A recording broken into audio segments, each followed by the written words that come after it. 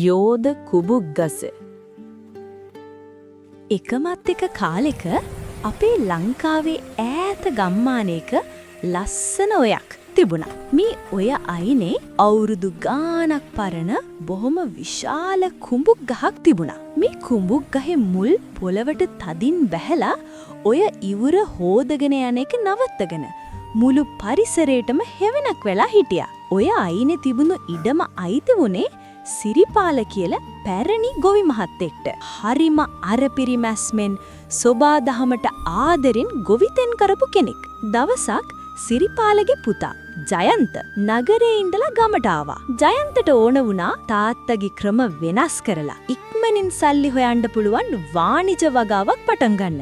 ජයන්ත ඉඩම වටේ ඇවිද්දලා බැලුවා. එයා දැක්කා අර ලොකු කුඹුක් ගහ නිසා ඉඩමෙන් ලොකු කොටසකට ඉර එළිය වැටෙන්නේ නැහැ කියලා. තාත්තේ මේ පරණ කුඹුක් ගහ මොකටද? මේක කපලා දැම්මොත් අපිට තව පේලි දෙකකුණක් වගා කරන්න බලවන්. අනික මේකෙන් අපිට ගෙඩියක් හැදෙන්නෙත් නෑනේ. පුතේ, ඔය ගහ ගෙඩි නොදුන්නට මේ මුළු ඉඩමම රකින්නේ ඔය ගහ. ඔය ගහේ මුල් තමා මේ ඔය ඉවුර අල්ලගෙන ඉන්නේ. ගහ කැපුවොත් අපිට ඉඩම විතරක් නෙවෙයි වගාවත් නැති වෙයි. ඒත් ජයන්ත ඒක ඇහුවේ නැහැ. තාත්තලා හිතන්නේ පරණ විදිහට. දැන් ඕවා හරියන්නේ නැහැ කියලා ජයන්ත කට්ටියක් ධම්මලා අර යෝධ කුඹුක් ගහ කපලා දැම්මා. ඊට පස්සේ මුළු ඉඩමෙම අලුත් වගාව දැම්මා. ටික කාලයක් යනකොට වගාව සරුවට හැදුනා. ජයන්තට හරි සතුටුයි. ටික දවසකින් මහ වැස්සක් පටන් ගත්තා. දවස් ගාණක් එක දිගට වැස්සා. ඔය වතුර පාර සැරවුණා. වෙනදාට වතුර පාර සැරවුණාම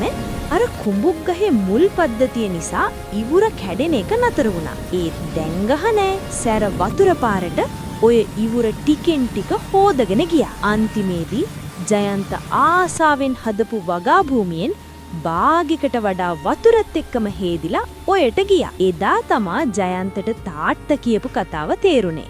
පුංචි දුවේ පුතේ, මේ කතාවෙන් ඔයාලට ගොඩක් දේවල් ඉගෙන ගන්න තියෙනවා.